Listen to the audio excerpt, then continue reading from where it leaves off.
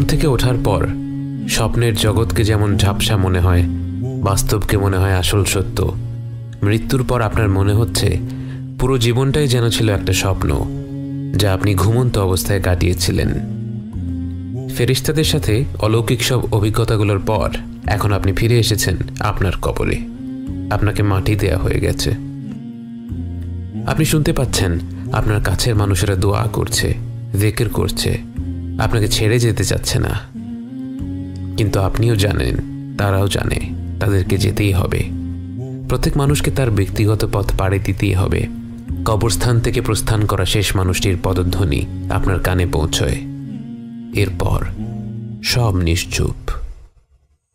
একটি মুহূর্ত পার হলো না সারা দিন পার হয়ে গেল বোঝা গেল না, কারণ এই জগতে সময়ের হিসাব মেলানো কষ্ট। হঠাৎ করেই আপনি অনুভব করলেন আপনার কবরটা ছোট হয়ে আসছে, মাটি আপনাকে চেপে ধরছে। চিৎকার করে ওঠার আগেই মাটি আপনাকে এমনভাবে চেপে ধরল, আপনার মনে হলো আপনার দেহের প্রতিটি অঙ্গ মিলেমিশে একাকার হয়ে গেছে। এরপরেই আপনাকে মাটি ছেড়ে দিল। এটা কি কবরের আযাব ছিল? আপনি কি তাহলে শাস্তি পাওয়া মানুষদের দলে? আপনার মনে পড়ল রাসূল সাল্লাল্লাহু আলাইহি ওয়াসাল্লামের সেই কথাগুলো।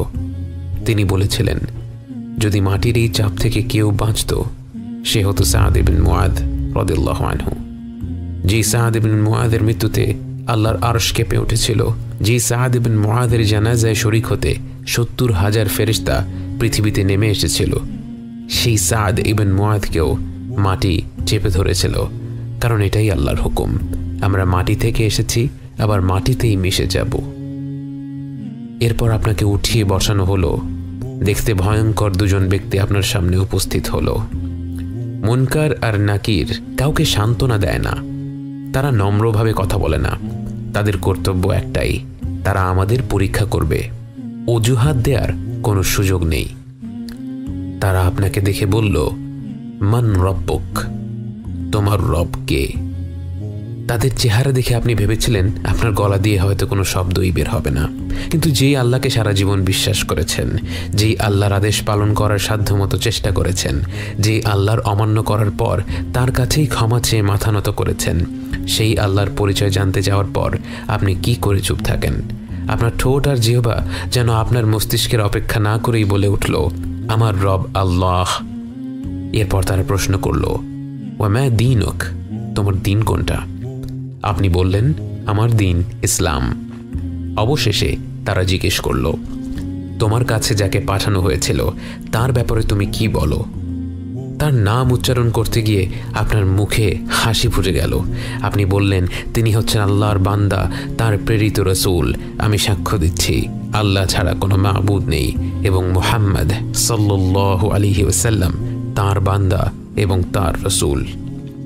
সাথে সাথেই তারা বলে উঠল, সাদাক্ত, তুমি সত্য বলেছ। এবং সাথে সাথে আপনার কবরটা প্রশস্ত হয়ে যেতে থাকে। দেখতে না দেখতেই আপনার কবরটি বিরাট আকৃতি ধারণ করে। এরপর আপনার সামনে একটি চিত্র তুলে ধরা হয়। এটা কি একটি ভিডিও নাকি তার চেয়েও আধুনিক কোনো প্রযুক্তি, তা আপনার জানা নেই।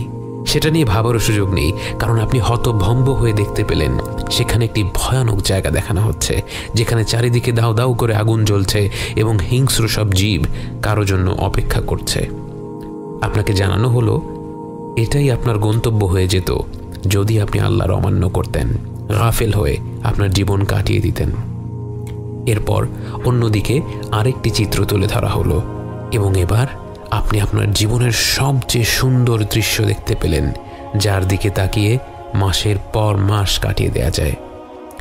আপনাকে বলা হলো এটাই হবে আপনার সর্বশেষ গন্তব্যস্থল, এটাই হলো জান্নাতের সেই ঘর যার জন্য আল্লাহ আপনাকে সৃষ্টি করেছেন এবং যেখানে আপনি শীঘ্রই ফিরে যাবেন। এই মনোমুগ্ধকর দৃশ্য দেখতে দেখতে আপনার কবরের জীবন শুরু হয়।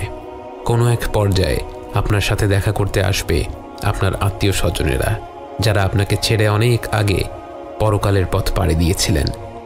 একবার ভেবে দেখুন কতটা আন্তরিক হবে সেই মিলন। যেই মাকে, যেই বাবাকে, যেই নানা নানি, দাদা দাদিকে আপনি কবর দিয়েছিলেন বহু বছর আগে, বারজাখের জীবনে এসে তাদের সাথে আপনার সাক্ষাৎ হবে। তারা দুনিয়ার জীবনের খবর জানতে চাইবে, তারা আপনার সাথে গল্প করবে, গল্প করতে করতে আপনার এক বন্ধুর কথা উঠে যায়। তারা বলে, অমুক কেমন আছে? আপনি অবাক হয়ে যান। আপনি বলেন, অমুক তো আরও 3 বছর আগেই মারা গেছে, কেন তোমরা কি তার দেখা পাওনি? সবাই চুপ হয়ে যায়। সবাই বুঝতে পারে আপনার সেই বন্ধুটি ঈমান নিয়ে মৃত্যুবরণ করতে পারেনি, কবরের আযাব থেকে নিজেকে মুক্ত করতে পারেনি। যে ব্যক্তি ঈমান নিয়ে মৃত্যুবরণ করতে পারল না, মৃত্যু থেকে শুরু করে জাহান্নাম পর্যন্ত তার পরিস্থিতি ক্রমাগতভাবে খারাপ হতে থাকে। যখন তাকে আসমান থেকে জমিনে ছুঁড়ে ফেলা হয়, যখন মাটি তাকে হিংস্রভাবে চেপে ধরে, এরপর যখন মুনকার আর নাকির এসে তাকে উঠিয়ে বসায় আর জিজ্ঞেস করে মান রব্বুক, সে কোনো উত্তর দিতে পারে না, আমতা আমতা করতে থাকে। তাকে বলা হয় মা দীনুক, আবারও সে আমতা আমতা করতে থাকে, কোনো উত্তর দিতে পারে না। তাকে প্রশ্ন করা হয় রাসূল সাল্লাল্লাহু আলাইহি ওয়াসাল্লামকে নিয়ে, তার ব্যাপারে সে কি জানে। সে অনিশ্চিত হয়ে বলে, আমি শুনেছিলাম লোকে এই বলতো। তখন মুনকার আর নাকির বলবে, তুমি মিথ্যা বলেছ। তার মাথায় শক্ত লোহা দিয়ে এত জোরে আঘাত করা হবে যে তার চিৎকার শুনতে পাবে আশেপাশের প্রতিটি সৃষ্টি, শুধু মানুষ আর জিন ব্যতীত। এরপর তাকে জান্নাতের একটি দৃশ্য দেখানো হবে। তাকে বলা হবে এটাই তার গন্তব্য হতে পারত যদি সে আল্লাহর আহ্বানে সাড়া দিত। তারপর তাকে জাহান্নামের দৃশ্য দেখিয়ে বলা হবে সে নিজেই এই গন্তব্যটি নিজের জন্য বেছে নিয়েছে। জান্নাতে সে কি পেতে পারত আর জাহান্নামে তার জন্য কি অপেক্ষা করছে তা সরাসরি দেখার পর তার মনে এমন অকল্পনীয় অনুতাপ জন্ম নেয় যে আর কোনো শাস্তি না থাকলেও শুধু সেই অনুতাপটাই তার জন্য আযাব হিসেবে অসহনীয় হয়ে পড়ত। সেই গন্তব্য আপনার হয়নি। আপনি শুয়ে আছেন আপনার প্রশস্ত কবরে, জান্নাতের আলোয় আলোকিত, শুধুমাত্র আপনার রবের অসীম রহমতের কারণে। এই সুখময় আবাসে আপনি অপেক্ষা করতে থাকেন সেই দিনটির জন্য যেদিন সবাইকে একটি ময়দানে একত্রিত করা হবে।